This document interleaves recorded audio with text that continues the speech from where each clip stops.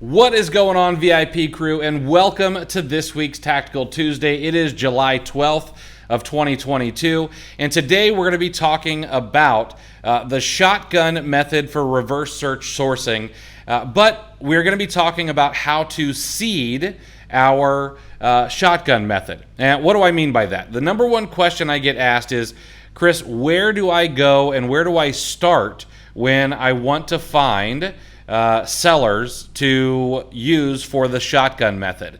And so we're going to talk a little bit about that today. Now, the way that I would start is, number one, you need to go into the things that you've sold in the past and the things that you're selling now and start stalking the storefronts. And the reason I say that is if you're smart enough to sell the item and there are other people competing with you, well, chances are that they're also smart sellers and are seeing things that you're not.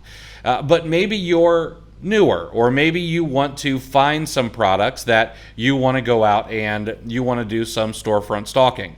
Well, we're going to seed our filters here in Keepa to show us some new places. Okay, so here's what we're going to do.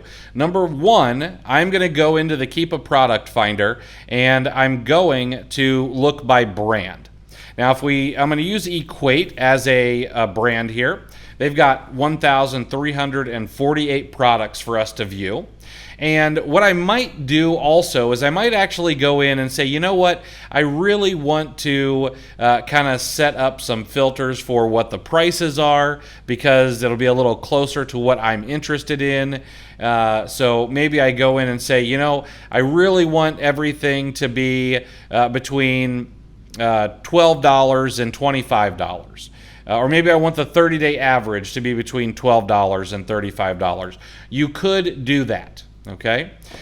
You could also create some corridors in here. So we create a corridor in the current buy box, the 30-day average buy box, and the 90-day average buy box.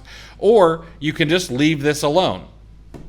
Now, the other thing we can do is we could look at the new offer count. Now, I'm looking at the new offer count averages, so 30-day average and 90-day average, and maybe we just want to look at the ones that have a ton of Amazon sellers on them. So this one, for example, has 51 average number of sellers over the past 30 days. So we should have a fair amount in here to take a look at. And if we open this up and then go to the data section and go to offers and choose include historical offers, sure enough, there's 210 rows of this here. Now, what I'm going to do is I'm actually going to export all of these. I'm going to export all active columns into a CSV, and then I've loaded this up into a Google Sheet. All right, and you'll see here I've got all the information up here. I've got the seller ratings, I've got the seller names, their review counts. And so now we could say, well, I'm not interested in any of the sellers who have fewer than, say, 25 reviews, and I'm not interested in any sellers that have more than, say, 300 reviews, because these are the people who are probably doing some online arbitrage, some retail arbitrage, things like that. And I did two different products here, but I've come back with 160 seller storefronts after removing all of those sellers with fewer than 25 reviews, more than 300 reviews, and I also removed sellers that had low seller ratings. So anything under 90 I've removed out of here, all right? And I'm left with 160 sellers.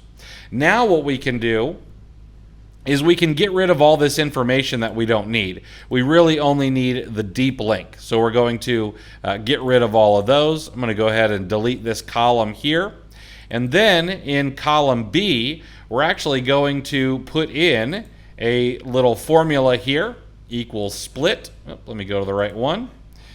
Pop that in there. And you'll see here that now I've got the seller ID all by itself. Okay. Go ahead and pop this down through here.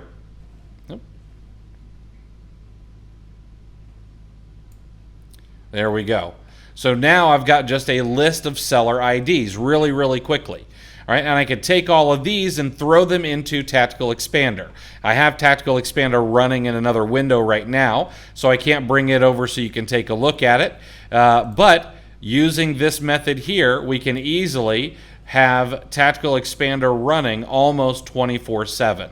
Okay, and this is a great way to seed those big searches. Okay, the other thing we can do is we can actually use these as ways to go out and manually source.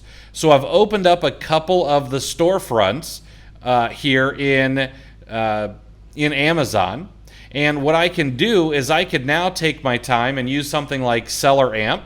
If we use Seller Amp here, we'll be able to see some information on these this storefront. Okay, let me click the Seller Amp app here, and we'll be able to, not sure why it's not doing that here. Let me go back to this page.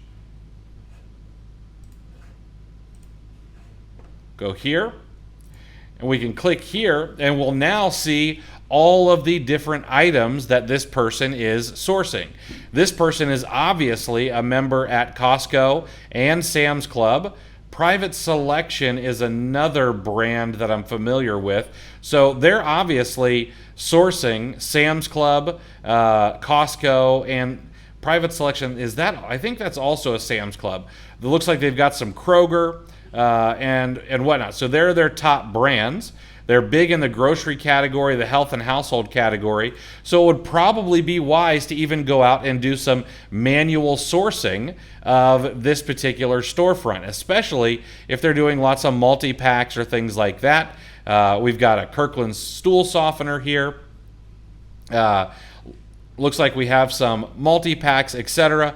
So we could go and manually source these, because these aren't going to be necessarily a bunch of things that are super easy to get from online arbitrage. Okay, and maybe we'll find some things that are not the easiest to get with tactical arbitrage as well. Okay, so a couple different ways that you can start sourcing storefronts. Now, the other method that we can use, rather than just going in and putting in a brand, is we can go back to the product finder and we can start looking for items that would fit what we're interested in selling. So let's say, for example, that we really want items where they're ranked, say, 25,000 to 50,000 over the past 30 days. Over the past 90 days, we really want them to be between, we'll say, 15,000 and 60,000. Okay? And we want that 90-day drop to be, we'll say, negative 30 to a 10% drop. So 30% better or 10% worse, or anywhere in between there. We want Amazon to be out of stock. We want the buy box price. Maybe we want this between 35 and 45, and then 30 and 50 in the 90-day average. But we also want that 90-day drop to be negative 20 to maybe a 5% drop in price. So a 20% increase to a 5% decrease. And then maybe we want Amazon to be out of stock quite a bit. Okay, so we'll take out digital products. We'll say that we want the 90-day Amazon out of stock to be 90% or better.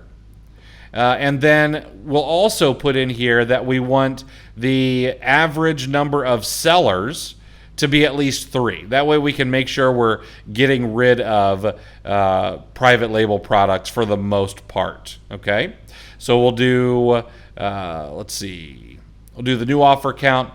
We'll do the 90-day average of at least 3 sellers. And now we're down to 2,459 products.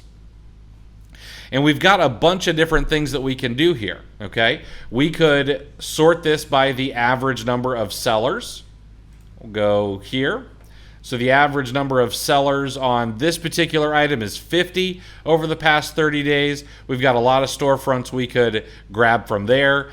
This one here's got 46, and this one here's got 43. So it's going to be pretty easy to go out and gather all of the storefronts from these, and then we know that actually this one looks pretty solid. Okay, we know that how this listing is acting, so these sellers should be fairly good at finding products that are profitable, and we can go and do the same thing. All right, so it's not a difficult process, but it's instead of us just saying, oh, well, you know what, while I'm on this listing, while I'm looking at it, I might as well grab all of the storefronts, but it's also going in and kind of surgically finding the products that would be good for us and then gathering all the storefronts from those particular products. All right. Hopefully that makes sense. I tried to make this as simple as possible, but it is kind of one of those things that can be a little bit difficult. Okay. But go out, test this out, all right? Find products that fit what you're interested in selling, whether it's a brand, maybe it's by price range, maybe it's by category, and then go and find all those sellers. And then do a couple of things. Number one, grab all of the sellers and allow Tactical Arbitrage to be in the background doing the work for you using the shotgun method. But then the other thing you should be doing is start opening up some of these storefronts on Amazon, okay? And using something like Seller Amp or ASIN Gadget or whatever it is that you're interested in using, and start reverse sourcing them, okay? So if we open up this storefront, we can open up Seller Amp, and then we can go in and say, oh, okay, well, let's start looking at the items that they have. And it looks like they've just got a couple of Kirkland items, and that's about it, okay? So not a whole lot here.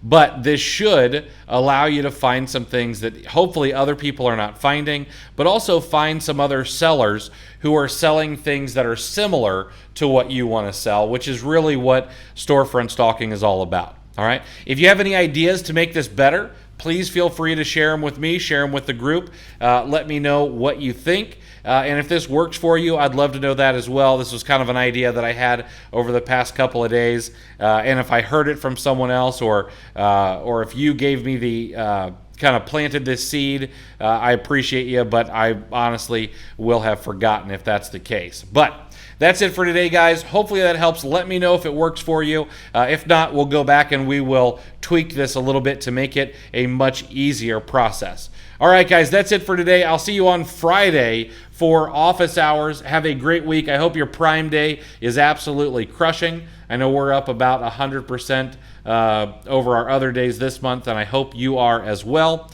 Have a great rest of your week, and I'll talk to you guys for office hours.